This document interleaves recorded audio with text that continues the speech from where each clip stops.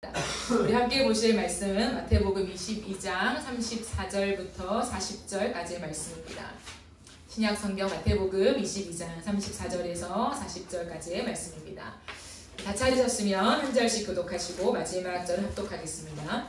예수께서 사두개인들로 대답할 수 없게 하셨다 함을 바리새인들이 듣고 모였는데 그의 한 율법사가 예수를 시험하여 묻되 선생님, 율법 중에서 어느 계명이 크니까? 예수께서 이르시되 내 마음을 다하고 목숨을 다하고 뜻을 다하여 주 너의 하나님을 사랑하라 하셨으니 이것이 크고 첫째 되는 계명이요 둘째로 그와 같으니 내 이웃을 내 자신같이 사랑하라 하셨으니. 함께 읽겠습니다. 이 두 계명이 온 율법과 선지자의 강명이다. 아멘. 네, 오늘은 더 원띵이라고 하는 제목으로 함께 하나님 말씀을 나누도록 하겠습니다. 오늘 말씀은요, 예수님께서 사두개인들과 대화를 하시면서 굉장히 탁월하게 대답을 하시는 것을 보고 율법학자였던 바리새인들이 예수님께 질문을 하는 장면입니다. 바리새인들이 평소에 가지고 있었던 질문을 예수님께 던집니다. 그 질문은요, 수많은 율법 조항들 중에서 어떤 계명이 가장 중요한 계명인지를 묻는 질문이에요. 율법이 워낙 많다 보니 강조점이 다 다를 수밖에 없어요. 어느 한 계명만이 가장 중요하다고 꼽기가 굉장히 난해한 거죠. 근데 예수님께서는 그 질문에 대해서 아주 뚜렷하게 대답을 하십니다. 오늘 본문 말씀을 세번역 성경을 한번 보시면요, 37절에서 40절까지 말씀입니다. 예수님께 대답하실 때에 네 마음을 다하고 내 목숨을 다하고 내 뜻을 다하여 주 너의 하나님을 사랑하여라 하였으니 이것이 가장 중요하고 으뜸가는 계명이다. 둘째 계명도 이것과 같은데 내 이웃을 내 몸과 같이 사랑하여라 한 것이다. 이 두 계명에 온 율법과 예언서의 본뜻이 달려있다라고 기록되어 있습니다. 당시 바리새인들은요, 613가지의 율법 조항을 지키고 있었다고 합니다. 그것을 다 외운다는 것조차도 너무 대단하지 않습니까? 여러분 같으면 613가지 율법을 외울 수 있겠어요? 참 대단한 문제입니다. 실천하는 것도 참 대단하죠. 그런데 예수님께서는 모든 율법과 예언서의 내용이 이 한 가지에 달려있다, 매달려있다 라고 말씀을 해요. 우리 성경에서 강령이다 라고 하는 말이 나오잖아요. 강령이다 라고 하는 말의 뜻은 뭐냐면 걸려있다 라고 하는 뜻이에요. 그래서 우리가 본 것처럼 세번역 성경에는 마지막 절을 이 두 계명의 온 율법과 예언서의 본뜻이 달려있다 라고 해석하고 있죠. 그런데 헬라어 직역 성경을 보면 이렇게 나와 있어요. 이 두 계명의 모든 토라와 예언서가 걸려있다 라고 표현을 합니다. 그러므로 예수님은 지금 이 율법학자에게 무엇을 말씀하시냐면 가장 중요한 더 원띵을 말씀하고 계신다라는 거죠. 수많은 율법과 예언의 말씀들이 있지만 그 모든 것은 이 한 가지에 걸려있다라고 하는 것입니다. 그 원띵이 무엇이냐? 바로 하나님 사랑, 이웃 사랑입니다. 그런데 여러분, 이것은 전혀 새로운 내용이 아니에요. 예수님께서 전혀 들어보지 못한 새 내용을 지금 율법이다, 계명이다 라고 말씀하신 것이 아닙니다. 왜냐하면 신명기 6장 4절 5절 말씀을 보시면요, 이스라엘아 들으라, 우리 하나님 여호와는 오직 유일한 여호와시니 너는 마음을 다하고 뜻을 다하고 힘을 다하여 내 하나님 여호와를 사랑하라 라고 하는 계명이 이미 주어져 있었습니다. 이 말씀은 굉장히 중요해서 여러분 들어보셨습니까? 쉐마 교육, 교회에서 많이 들어보죠. 쉐마라고 합니다. 사실 이것을 더 정확하게 말하면 들으라 이스라엘아 라고 하는 강조예요. 그러면서 굉장히 중요한 말씀을 주님이 하신다는 거죠. 근데 이후에 6절부터 9절까지의 말씀을 세번역으로 보시면 이렇게 하나님을 사랑하고 마음을 다하고 목숨을 다하고 힘을 다하여 주님을 사랑하라고 하는 이 말씀을 마음에 새기고 자녀들에게 부지런히 가르치며 집에 앉아 있을 때나 길을 갈 때나 누워 있을 때나 일어나 있을 때나 언제든지 가르치라고 합니다. 또 당신들은 그것을 손에 메어 표로 삼고 이마에 붙여 기호로 삼으십시오. 집 문설주와 대문에도 써서 붙이라고 합니다. 무엇일까요? 어린 아이들이 자라서 말을 떼기 시작할 때부터 자녀들에게 가르치는 말씀이 이 말씀이었다는 거예요. 하나님을 사랑하라. 마음을 다하고 목숨을 다하고 힘을 다하여 주님을 사랑하라 라고 하는 말씀이죠. 그런데 여러분, 집에도 붙어있는 이 말씀, 대대로 전해오는 이 말씀, 신명기 때부터 강조되었던 이 말씀인데 외우는 것과 그대로 사는 것은 좀 다른 문제라는 거죠. 우리는 주기도문, 사도신경, 누군가는 십계명까지도 다 외웁니다. 어린 아이 때부터 십계명을 달달달달 외우죠. 그러나 그 의미를 매일 곱씹고 그 안에 담긴 하나님의 본뜻을 이해하는 것은 또 다른 문제라는 거죠. 우리가 매주일 예배를 시작할 때에 사도신경으로 예배를 시작해요. 그것은 예배를 열기 위한 어떤 형식이 아니잖아요. 전능하신 하나님을 내가 믿습니다라고 하는 그 안에 담겨있는 모든 신앙의 내용들은 나의 고백이고 내 삶의 기초가 되는 말씀들이라는 거죠. 우리는 사실 줄줄줄 그냥 너무나 당연하게 암송할 때가 참 많죠. 그 본뜻을 명확하게 이해하고 그것이 하나님께서 나에게 주신 의미가 무엇인가를 곱씹는 것은 또 다른 문제라는 거죠. 아마 유대인들에게도 이러한 일들이 발생하지 않았나 싶어요. 대대로 전해오는 너무 중요한 말씀이지만 우리가 주기도문을 달달달달 암송하는 것처럼 어쩌면 그 본뜻을 놓치고 형식만 남아있는 채 지속되어 온 것은 아닌가 생각합니다. 그런 유대인에게 그 율법학자, 율법의 중심 인물인 그들을 향하여서 예수님은 원띵을 말씀하세요. 원띵. 그 원띵을 우리의 삶의 첫 자리에 두고 모든 계명을 거기에 걸어야 한다라고 말씀하십니다. 첫 자리는 순서상 첫 번째가 아니에요. 순서상 첫 번째가 아니라 본질적인 것이라는 의미입니다. 가장 본질적인 것이요. 최우선이자 유일한 목적이라는 의미입니다. 그것이 뚜렷해야 돼요. 왜 사는가? 무엇을 위해 사는가? 더 원띵을 대답으로 가지고 살아야 한다라는 거예요. 예수님은 이 원띵을 말씀하시면서 이렇게 하시죠. 내 마음을 다하고 목숨을 다하고 뜻을 다하여 주 너의 하나님을 사랑하라. 이것이 크고 첫째 되는 계명이라고 하십니다. 이 계명이 내 삶의 첫 자리, 내 삶을 끌고 가는 유일한 목적 위에 놓여져야 한다라고 말씀하십니다. 주 너의 하나님을 사랑하라. 이것은 모르는 어떤 신을 사랑하라는 것이 아닙니다. 주 너의 하나님. 이것이 무엇입니까, 여러분? 주 너의 하나님. 괜찮아요. 집중하세요. 주 너의 하나님. 이것은 관계를 말하죠. 제가 말씀드렸듯이 어떠한 신을 그냥 사랑하라 라고 주어진 것이 아니라 나와 가장 친밀한 관계 속에 놓여있는 그 너의 하나님, 나의 관점으로 본다면 나의 하나님, 내가 나의 하나님, 나의 하나님이라 고백하는 그 나의 하나님, 그 하나님을 사랑하라 라고 말씀하시는 거죠. 이미 뚜렷하게 원띵을 말씀하셨음에도 불구하고 바리새인들은 자꾸 엉뚱한 문제에만 집중을 해요. 그런데 자신들의 입장에서는 엉뚱한 문제가 아니라는 거, 굉장히 중요한 토픽입니다.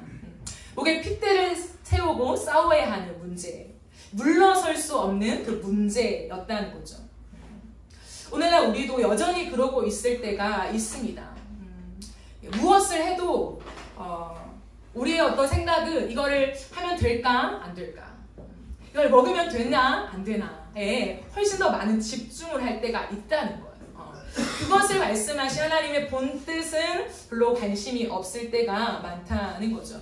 바리새인들은 이런 자신들이 가지고 있는 이념, 이렇게 해야 돼, 이걸 하면 안 돼 라고 형성되어 있는 이 이념에 붙들려서 심지어는 사람을 죽이기까지 했다는 거예요. 율법으로. 왜 그럴까요? 하나님께서 주신 율법의 본뜻을 정확하게 깨닫지 못하기 때문이죠. 본뜻이 되게 중요해요. 하나님이 이 율법을 왜 주셨는지 궁금해하지 않는 거죠. 우리가 왜 주기도문을 암송할까? 왜 십계명을 외워야 되지? 왜 사도신경을 고백함으로 예배가 시작되는 거야? 궁금증을 가지지 않는 거야. 그런가 보다. 교회에서 의뢰하나 보다. 이렇게 넘어가는 거죠. 그러다 보니 율법을 주신 하나님이 아니라 율법 율법 그 자체에 집중하는 거죠. 예수님은 그러한 유대인들이 다시 한번 원띵을 말씀하시면서 하나님께로 우리의 마음을 옮기십니다. 여러분, 마음을 다한다는 것은 생각보다 쉽지 않아요. 왜냐하면 죄성을 가진 우리의 마음은 너무 쉽게 흐트러지기 때문이에요. 우리의 마음이 너무 자주 분산되고 산만해요. 너무 빠르게 다른 것을 빼앗긴다는 거죠. 여러분 보세요. 지금 주차 때문에 이렇게 우리를 콜링했잖아요. 그런 것 때문에 우리의 시선이 다 빼앗기는 거죠. 이것은 우리의 사실 일반적인 모습이라는 거죠. 우리가 무언가에 몰두한다라고 하지만 그 몰두하는 몰두력이 곧바로 다른 것이 침투해 들어오면 우리의 시선이 다 분산되고 다른 것에 집중이 되는 것이라고 하는 것. 그래서 마음을 다하면 되지 뭐. 마음을 다해서 하나님을 예배하고 사랑하면 되지 뭐 라고 하지만 이것은 쉬운 문제가 아니라는 거죠. 마음을 다하여, 즉 끊임없이 흩어진 마음을 하나의 마음으로 모아야 한다는 거예요. 뭐라고요? 우리의 흩어진 마음을 하나의 마음으로 모아야 한다고. 율법은 무엇이냐? 그것을 돕는 조항들이에요. 흩어진 우리의 마음을 하나님께로, 그 하나의 마음으로 모으게 하기 위한 안내서와 같다라는 거죠. 하나님을 향한 사랑, 그 관역 정중앙에 적중되지 않고 자꾸만 흩어지는 나의 마음. 정중앙에 꽂혀야 되는데 내 마음이 자꾸 엉뚱한 데로 향하는 이 흩어진 마음을 다시 휘저어서 하나의 마음으로 모아야 한다는 거죠. 때로는 교회 리더의 안내와 각종 신앙생활을 통해서 쉬운 예로는요. 우리의 정체성을 따라 지켜야 하는 예배의 자리를 지키는 것, 11조를 드리는 것, 교회를 섬기고 성경을 읽고 밥 먹기 전에 기도하고 예수님을 믿는 것을 드러내는 이 다양한 활동들을 통해서요. 흩어진 내 마음을 다시 하나의 마음으로 모으는 것이라는 거죠. 그것이 우리를 도와준다는 거예요. 여러분, 이 과정 속에서 하나님을 나의 온 마음 다해 사랑하게 될 때에 나타나는 특징이 있습니다. 그 특징은 뜨거운 눈물이 흐른다는 거죠. 뜨거운 눈물. 그럼 바리새인들에게 없었던 것이 무엇일까요? 바리새인들이 경험해 보지 못한 것. 그것은 아마 모르긴 몰라도 뜨거운 눈물일 것입니다. 갖춰 입은 옷, 정돈된 언어, 율법을 지키는 반듯한 삶의 모양은 있었지만 단 한 번도 가슴을 치며 주님 앞에서 울어본 적이 없다는 것.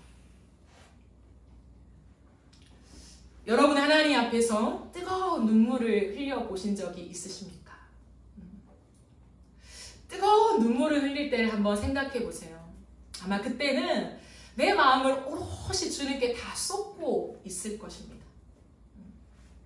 뜨거운 눈물의 찬양과 기도를 주님께 드려본 적이 있으십니까? 그때 특징이 있어요. 다른 사람의 시선이 신경 쓰지 않습니다. 내 마음이 나뉘어지지가 않아요. 뜨거운 눈물을 흘리는 그 찬양, 뜨거운 눈물을 흘리는 그 기도의 지점 속에 들어갔을 때 하나님을 찬양하고 있지만 내 한켠에는 다른 것이 생각나지 않는다는 거예요. 여러분 우리가 다 경험해보지 않나요? 찬양을 할 때도요. 그 찬양에 몰입하는 것이 아니라 그 가사 한 구절 한 구절에 내 마음을 내비치며 내 삶을 생각하면서 하나님께 맞추는 것이 아니라 따라 부르고 있는데 찬양을 하고 있지만 한결에는 다른 것을 생각할 때가 얼마나 자주 있으십니까? 우리의 마음을 한 곳에 올인한다라는 것이 좀처럼 쉬운 문제가 아니라는 거죠. 자꾸만 한켠에는 다른 생각이 돌아가고 있다라고 하는 거예요. 내가 이렇게 기도하면 다른 사람이 어떻게 생각할까? 기도에 방해가 되지 않을까? 그때서 수많은 생각들이 내 머리를 스쳐 지나가면서 하나님께 몰입하지 못하게 합니다. 그러나 뜨거운 눈물을 흘리는 그 지점 속에 들어갔을 때는요. 생각나지 않아요. 그저 하나님 앞에서 부끄러운 내 모습을 아파하며 기도하는 거죠. 나를 향한 신실한 주님의 사랑, 그 사랑 앞에서 진실한 내 마음을 고백할 뿐입니다. 내 마음을 온전히 주님께만 쏟는 것. 그것이 마음을 다해 주님을 사랑하는 것입니다. 저는 이 베드로의 모습 속에서요, 닭이 우는 소리를 듣고 나가서 통곡한 장면이 있잖아요. 그 장면을 깊이 묵상하면서 베드로의 찢어지는 마음을 함께 공감했던 적이 있어요. 얼마나 뜨거운 눈물을 흘렸을까. 뜨거운 눈물의 의미가 알죠? 뜨거워요, 눈물이. 어떻게 그렇게 달구어졌는지 눈물이 뜨겁다. 주님을 한번 생각하고 그 주님을 부인한 내 모습을 한번 바라보고 그 십자가를 지신 주님과 그것을 부인한 내 사이의 그 간극을 바라보면서 인지하면서 얼마나 베드로의 심장이 타들어 갔겠습니까? 나를 그토록 사랑해 주신 예수님인데, 믿어주신 예수님인데 내가 비겁하게 예수님을 부인하다니, 그 생각을 하면서 얼마나 숨죽여 울었겠습니까? 숨죽여 오는 거 아시죠? 속으로 엉엉 오는 거. 베드로가 이런 말씀을 했습니다. 많은 사람들이 주님을 떠나갈 때 너희들도 갈래? 라고 할 때 아니요 주님, 진리의 말씀이 당신께 있는데 우리가 어디로 가겠습니까? 라고 말했던 적이 있습니다. 그러나 정작 내가 두려워서 진리의 말씀을 떠난 베드로, 얼마나 처절하게 기도했겠습니까? 그러므로 여러분, 우리가 기억해야 할 사실이 있습니다. 그 뜨거운 눈물이 떨어지는 곳이 내가 마음을 다해 주님을 사랑하고 있음을 확인하는 자리입니다. 내 눈물이 떨어지고 있는 그 곳.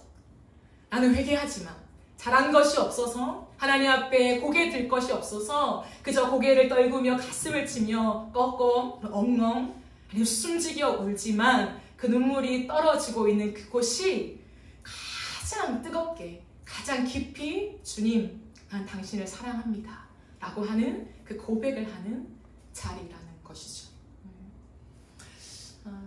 무조건 울어야만 마음을 쏟는다는 것인가, 지금 그 얘기를 하고 있는 것은 아닙니다. 촛불 시간에 한 목사님께서 말라기서 말씀을 계속해서 이어 풀어가시면서 시종일관 강조한 것이 있어요. 그것은 무엇이냐면 하나님께 덤덤한 마음을 경계하라는 말씀이셨습니다. 덤덤한 마음. 특별한 감정의 요동 없이 대수롭지 않게 느끼는 것. 내 마음에 하나님을 향한 뜨거운 마음이 없는데도 불구하고 덤덤한 것. 아무 이상이 없는 것. 괜찮은 것. 그것이 이 시대에 우리가 경계해야 할 마음의 상태라고 하시더라고요. 그렇습니다. 우리는 내 마음의 상태를 잘 확인해야 돼요.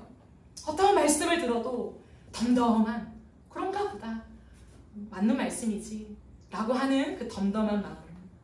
그런데 뜨거운 눈물을 흘릴 때 우리의 상태가 있잖아요. 마음의 상태. 나만 알잖아요. 사람은 뜨거운 눈물을 흘릴 때 내 마음 전부를 쏟고 있어요. 저는 그 상태를 말하고 있는 것입니다. 마음을 다한다는 것이 무엇인가? 그것은 그 대상만을 향하는 것이라는 것.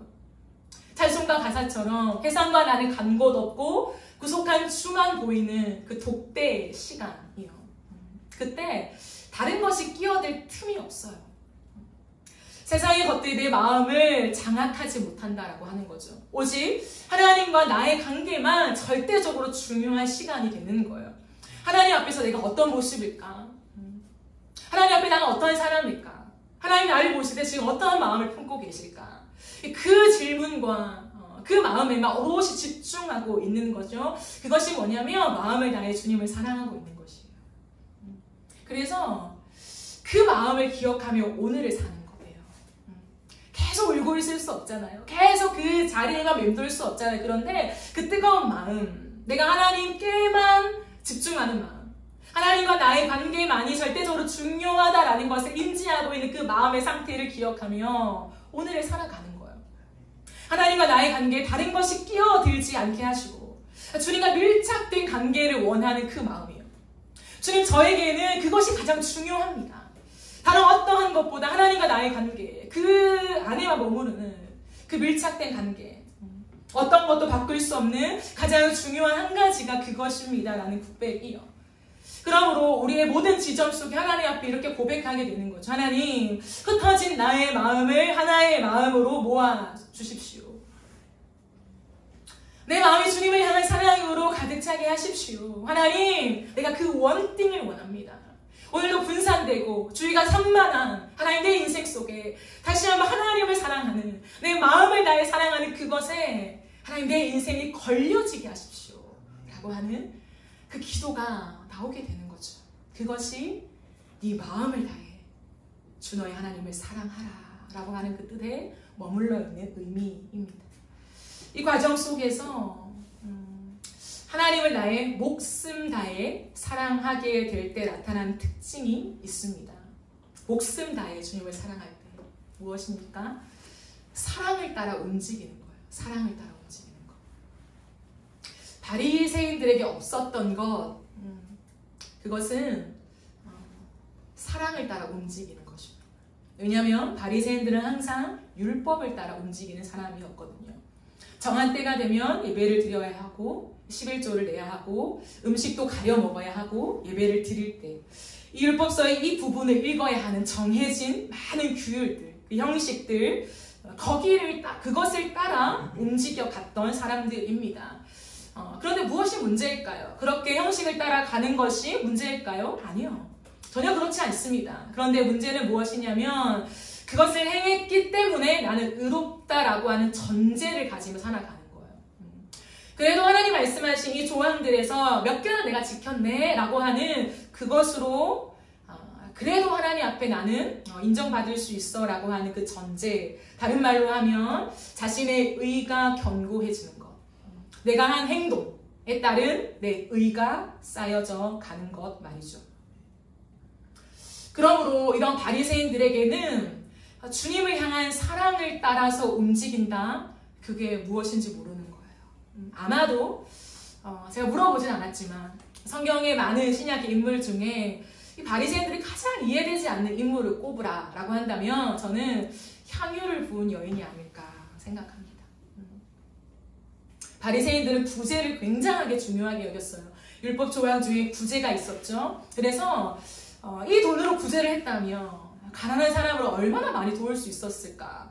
얼마나 더 많은 우리가 베품을 줄 수 있었을까라고 하는 그 생각을 저마다 하고 있는 사람들이었다는 거죠. 그렇기 때문에 향유를, 그 비싼 향유를 갑자기 예수님께 깨어 부은 그 여인의 행동은 이해가 되지 않는 거죠. 주님을 향한 고마움, 사랑, 알긴 알겠지만 이건 너무 아니지 않아? 이해되지 않는 마음인 거죠. 사랑을 따라 움직인다. 여러분의 삶은 어떠십니까? 혹시 주님을 향한 깊은 사랑을 따라 여러분의 삶을 움직여 본 적이 있으십니까? 다른 어떤 것이 아니라 주님을 너무 사랑해서 그 사랑을 따라서 내 삶을 움직여 본 적이요. 사랑을 따라 움직인다는 것은 때론 위험해요. 고생이 따를 수도 있습니다. 심지어는 목숨의 위협이 올 수도 있다는 거예요. 사랑을 따라 살아간다는 것은 쉬운 문제가 아니에요. 제가 20대 중반을 지나서 저희 교회에서 건축을 했습니다. 신축을 하자라고 해서 교회를 새롭게 지었어요. 그때 작정헌금을 했습니다. 그런데 저는 하나님 앞에 2주 동안 작정헌금을 하는 기간 동안 하나님께 기도했어요. 하나님, 제가 사역자고 돈이 별로 없지만 하나님 앞에 내가 얼마큼 드릴 수 있을까요? 라고 기도를 할 때에 제 마음에 그런 생각이 들었어요. 그때 당시에는 믿음이 깊지 않은 우리 가족들을 생각하면서 아니 한 명당 내가 얼마의 일정의 금액들을 제가 측정하고 하나님 5명이니까 5명 이 금액을 하나님께 드려요 라고 했어요. 네, 돈이 없는 제 기준에서는 상당히 높은 금액이었어요. 그런데 그 금액을 작정하고 이제 매달마다 받는 사례비에서 일정 부분을 떼어서 헌금을 드리고 이렇게 꽤 오랜 시간이 지났어요. 그런데 갑자기 제가 28살에 교회를 사임하게 되었어요. 그러면 이제 내가 드리지 못한 돈이 남아있잖아요. 그래서 그 헌금을 마지막 사임을 하는 날 받은 돈으로 다 헌금을 드리고 제가 교회를 떠나게 되었습니다. 그때만 해도 내가 수개월 후에 사역지를 구하겠지라고 생각을 어렴풋이 했어요. 그런데 여차여차 하나님의 어떤 인도하심 속에 제가 그 교회를 사임함과 동시에 아무 일도 하지 않게 되었습니다. 가진 돈이 하나도 없고 29이라고 하는 적지 않은 그 나이에 부모에게 손 벌릴 수 없어서 제가 아는 분들 아실 거예요. 제가 그때 약 11개월 동안 거의 매일같이 김밥 한 줄로 버텨왔어요. 부모님에게 말씀드리기 좀 죄송하고 집에 와서 무언가를 많이 먹는다는 것이 제 마음에 용납이 좀 안 됐어요. 그래서 부모님이 뭐라고 하신 것이 아니라 제가 그 삶을 선택하면서 김밥 한 줄을 먹고 매일같이 나가서 김밥 한 줄 먹고 또 들어오고 또 다음날 가서 김밥 한 줄 먹고 들어오고 그 삶을 살아왔습니다. 그런데 제 삶을 돌아볼 때 내가 언제 하나님 앞에 내 삶에 때로는 어떤 위험, 또 고생, 하나님 앞에 목숨을 드린다는 것은 너무 거창하지만 그 정도 수위에 내가 헌신을 했나 했을 때에 그 지점이었다는 것을 항상 발견합니다.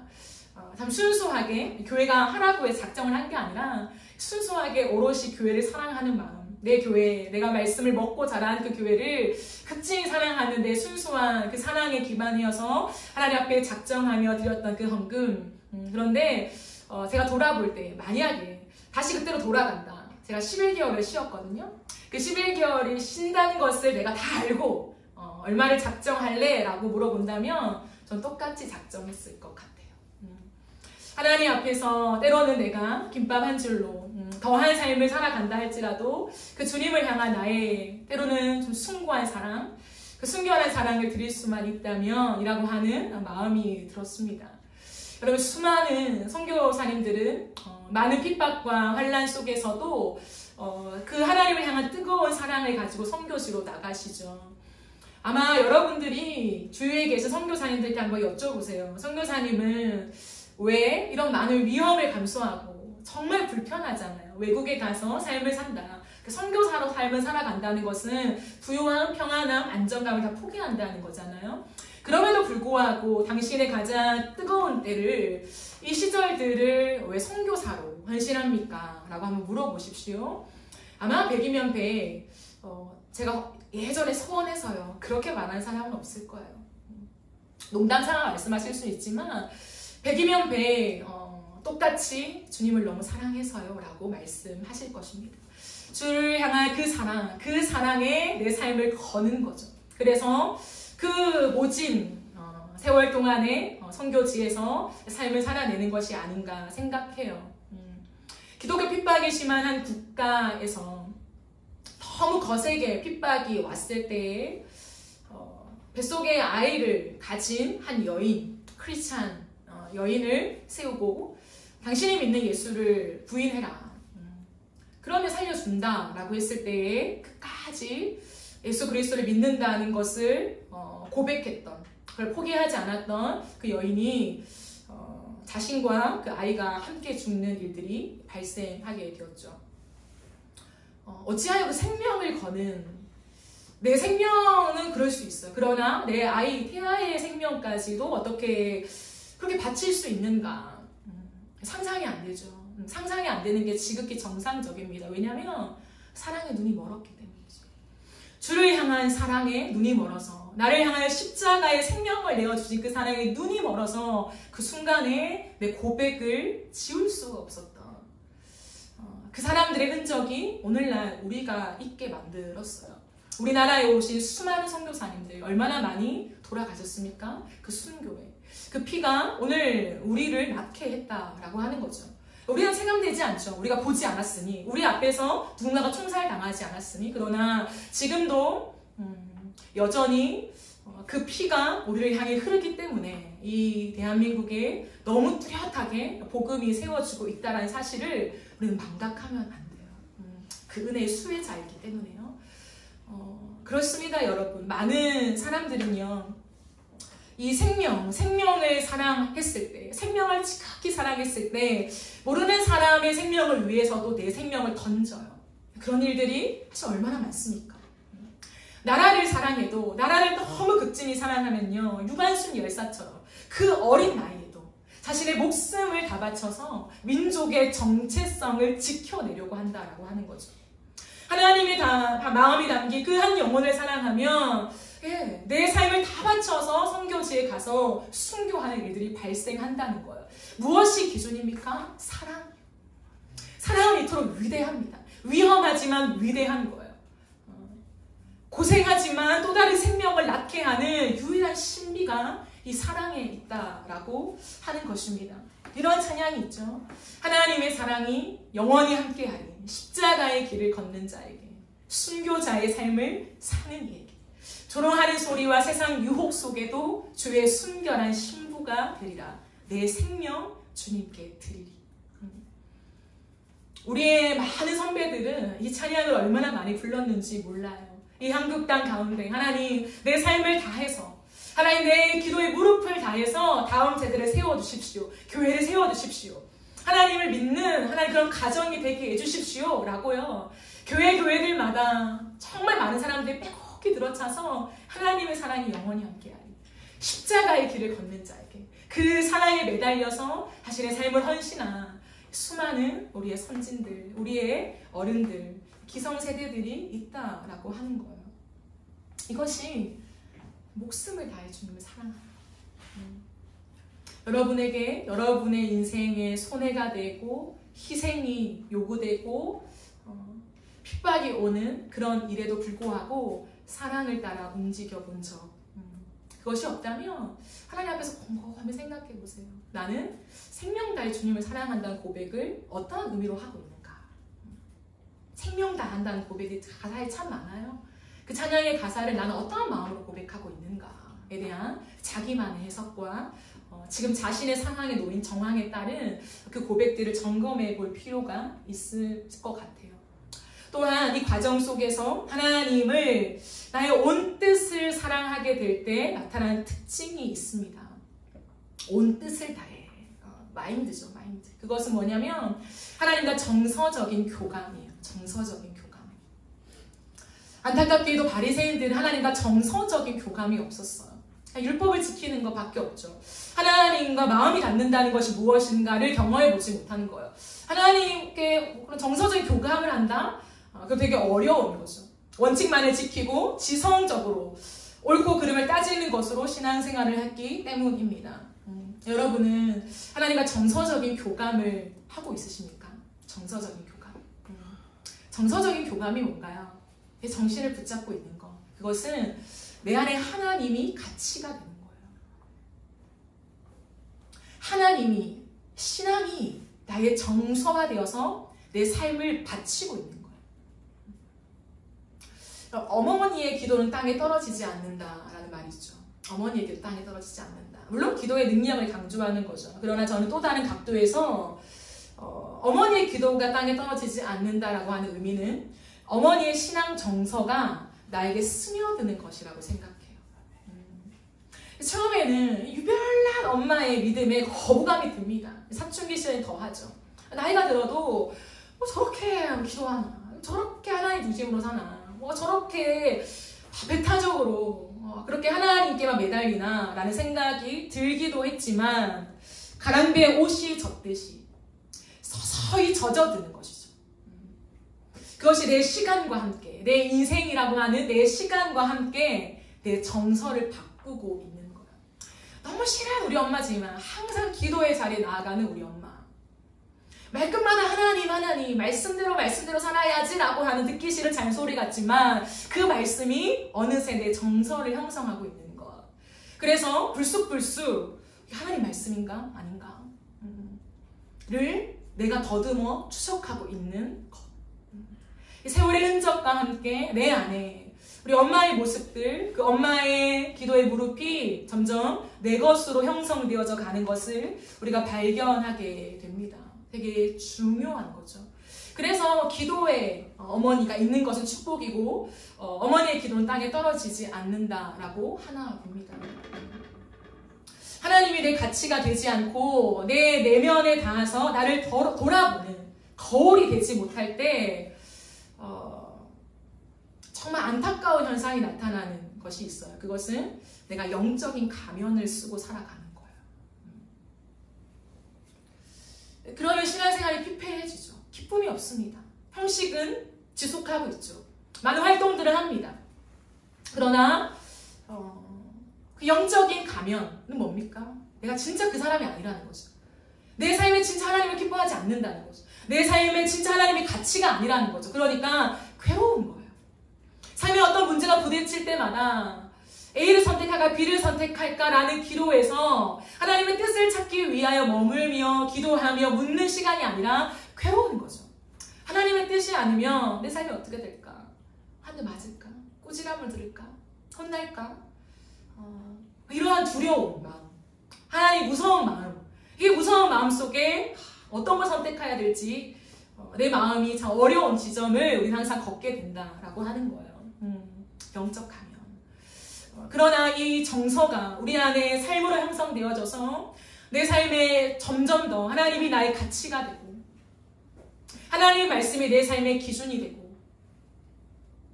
내 모든 삶이 하나님의 손안에 있다라고 하는 그 주권을 인정하게 될 때에 우리 영적인 가면이 아니라 정말 내 마음속에 내면 속에 그 하나님의 말씀이 훅 들어와서 그 말씀으로 내 삶을 노정하고 싶어진다는 거.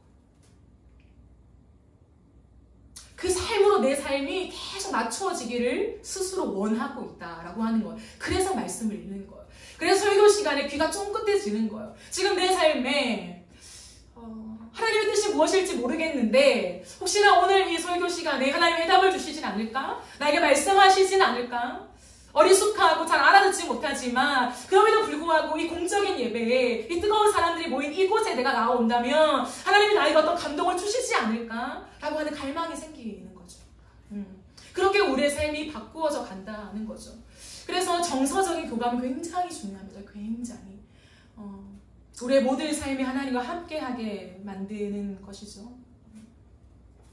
여러분 이렇게 내 마음을 다하고 내 목숨을 다하고 내 뜻을 다하여 하나님을 사랑한다는 것은 깊은 의미가 있습니다. 제가 다 설명드리지 못한 부분도 있겠죠. 그런데 여러분 이것에 우리의 인생을 다 걸고 고리를 다 걸고 있으면 그 둘째 계명 또한 연결되어서 이루어진다라고 주님 말씀하세요. 그것이 무엇입니까? 내 이웃을 내 몸과 같이 사랑하게 된다라고 하는 거예요. 마음을 다 쏟고 내 목숨마저 내 모든 고생, 내 모든 희생 마다하지 않고 가는 그 사랑을 유지하며 나아갈 때에 내 모든 정신이 하나님을 향한 가치로 집중되어서 나아갈 때에 우리에게 발생되어지는 모습이 뭐냐면 내 몸을 사랑하듯이 내 이웃을 사랑하는 일들이 발생하게 된다는 거예요. 여러분 우리는 뭐 자신을 좋아하는 사람이 있고 자신을 덜 좋아하는 사람, 더 나아가서는 미워하는 사람도 있겠죠. 마음에 들지 않는 사람. 그러나 그 어떤 사람도 자신의 몸을 사랑하지 않는 사람은 없어요. 대부분의 사람들은요 내 몸을 끔찍하게 여깁니다. 내 몸을 위해서는 뭐든지 하죠. 왜? 내 몸의 감각을 내가 잘 느끼니까. 조금만 아파도요 아기가 되잖아요.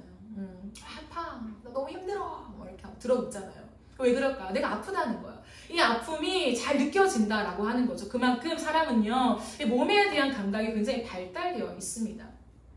근데 이 사랑의 고리에 딱 걸리게 되면 하나님을 사랑하는 이 고리에 딱 걸리게 되면 내 몸에 대한 감각을 느끼듯 조금만 으실으실 아파도 나 아파, 나 오늘 쉬어야겠어 라고 하는 신호가 오듯이 다른 사람에 대해서도 이 신호가 감지된다는 거예요. 다른 사람의 어려운 이야기를 들었을 때 그런갑다, 안타깝다가 아니라 어떠한 사람, 하나님이 내 이웃이라고 붙여주신 그 사람을 만나게 되면 어떠한 일들이 형성되냐면 내 몸이 아픈 것처럼 그 사람의 아픔이 내가 아픈 것처럼 고스란히 전달될 때가 있다라고 하는 거죠. 그래서 삶이 바뀌어지게 되는 거예요. 배우 신혜라 님이 이번에 책을 쓰셨어요. 근데 워낙 유명하시죠. 정말 믿음이 깊으시고 그리고 입양을 하셨잖아요. 딸 2명을 입양하시면서 잘 키워내시고 지금도 입양과 또한 위탁에 대해서 많이 홍보하고 계시고 사람들을 그 지점으로 이끌고 계십니다. 왜 그럴까요? 그렇게 부모로부터 분리된 떨어져 있는 그 아이, 때로는 부모가 버린 그 아이를 향한 견딜 수 없는 뜨거운 눈물이 있기 때문이 아닐까요? 누군가는 그런 아보다 그렇게 있는 사람들이, 그 시설에 있는 사람들이 많은가 보다라고 안타까워 넘기겠지만, 이 시네라님은 그 아이들을 향하여서 불타는 마음, 넘어가지지 않는 마음, 저 아이의 부모가 되고 싶은 마음, 그 아이의 부모 없음이 내게 완전히 와닿는 그 지점으로 가기 때문에 그 아이들을 향한 부모가 되기로 결정한 그 행위들이 삶으로 동반된 것이죠. 그래요, 여러분.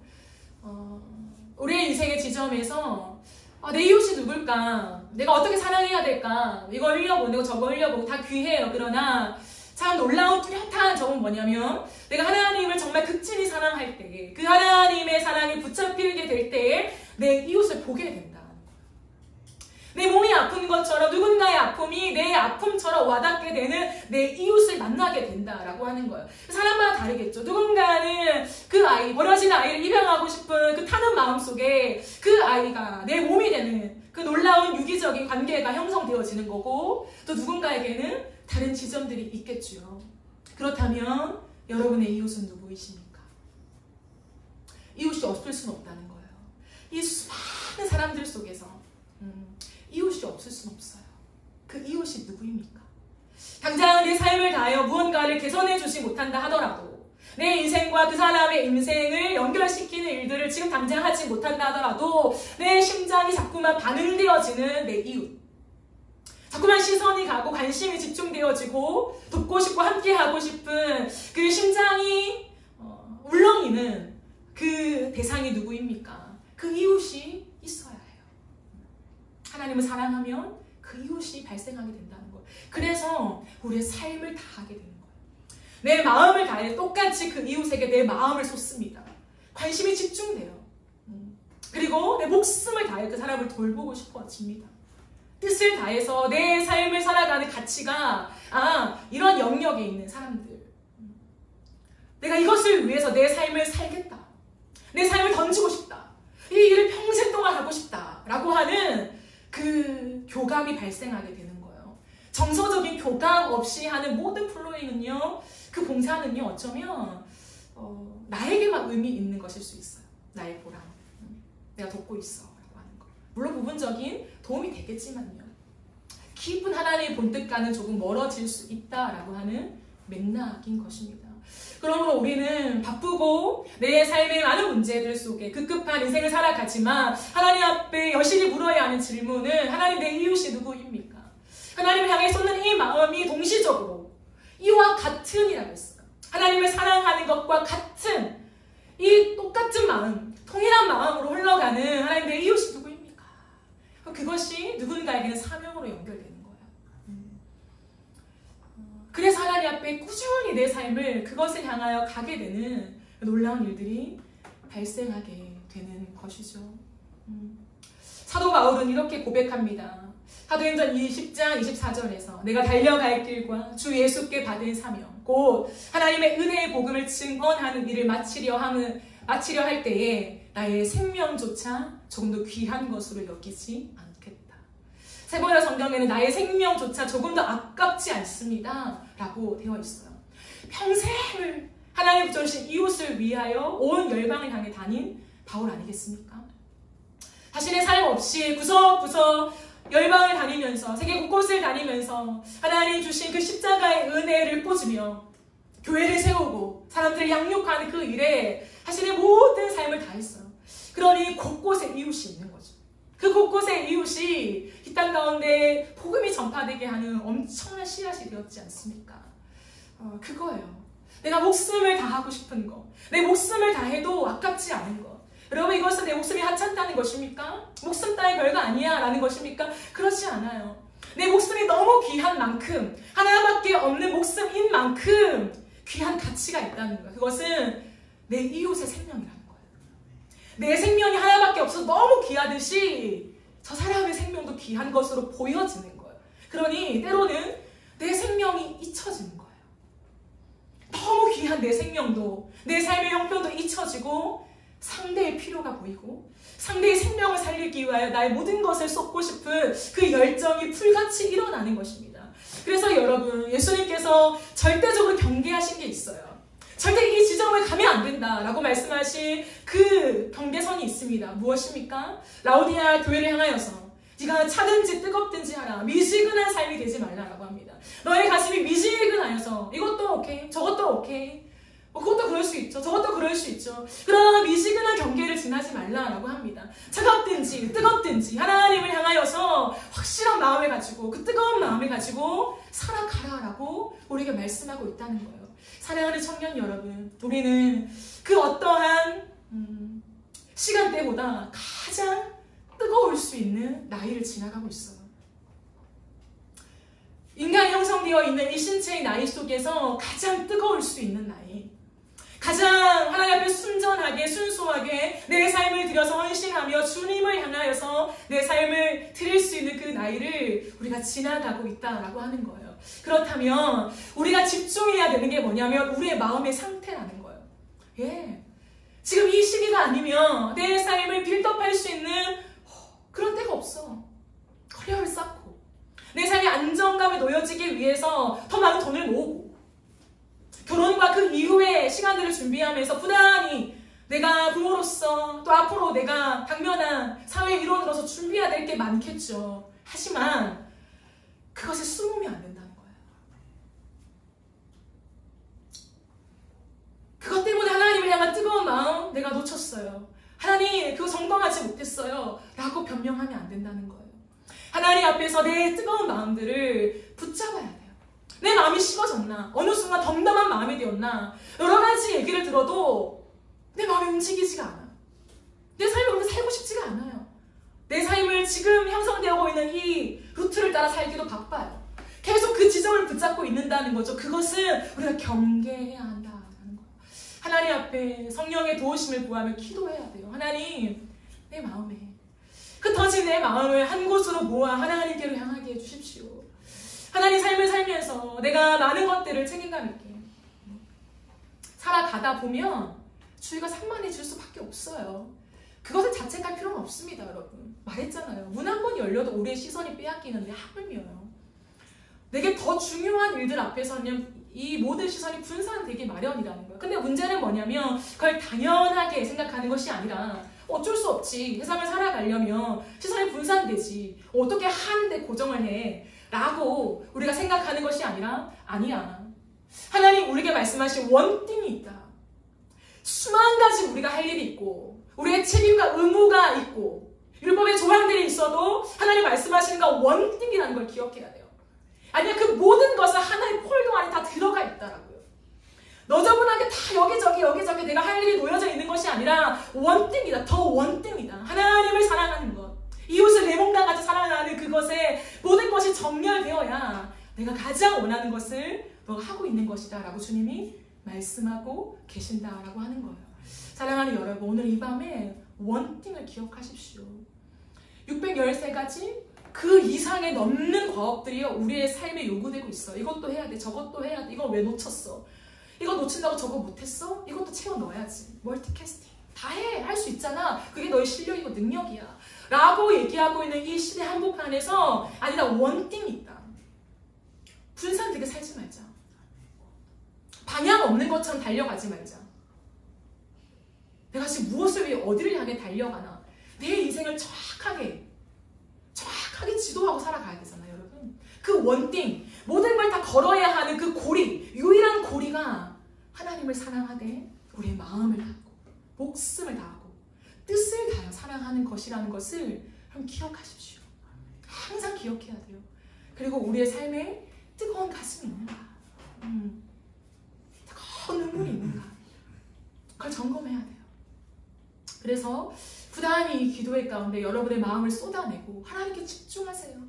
많은 일들이 있겠죠. 그러나 내려놓고 이 시간만큼 하나님께 오롯이 집중하고, 하나님 내가 약 2시간도 집중 못하겠습니까? 하나님 2시간 집중할 수 있게 도와주세요. 하나님 앞에 부단히 내 마음을 거기에 집중해 나갈 때 요 느낌을 가지고, 요 경험을 가지고 정말 산만한 세상을 살아가는 거예요. 정확하게 너는 너의 삶을 다 노정해가네. 정확하게 너의 삶을 어떻게 그렇게 또박또박 잘 걸어가냐, 정렬되어 있냐, 그렇게 수많은 일들 속에 어떻게 그렇게 잘 정돈되어 있냐. 그것은 원띵의 목숨을 거는 사람의 삶의 형태라는 것을 기억하십시오. 말씀을 정리하겠습니다. 오늘 이 밤에 다른 것이 아니라 우리는 하나님 앞에 주님, 내 마음을 주님께만 모으게 하여 주십시오. 여러분 이 기도를 드렸으면 좋겠습니다. 성경으로 기름 부으셔서 주님을 향한 그 사랑에 내 삶이 걸리게 하십시오. 하나님을 향한 사랑에 내 삶이 다 걸려야 돼요. 락이 다 걸려야 돼요. 그래야 그 삶으로 내 삶이 다 이끌어가지는 거예요. 하나님 그 일들이 발생하게 하십시오. 그건 누가 하시냐? 성령이 하신다 했거든요. 우리 안에 살아계신 성령께서 그 후쿠를 거는 일들을 하신대요. 하나님 이 밤에 내가 그 주님의 사랑에 걸리게 하십시오.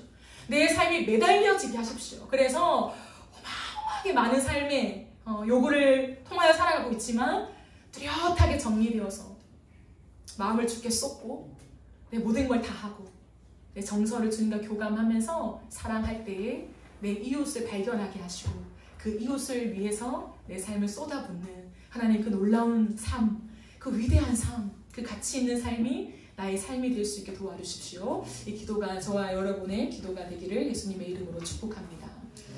아멘. 우리 함께 찬양하고 기도하겠습니다.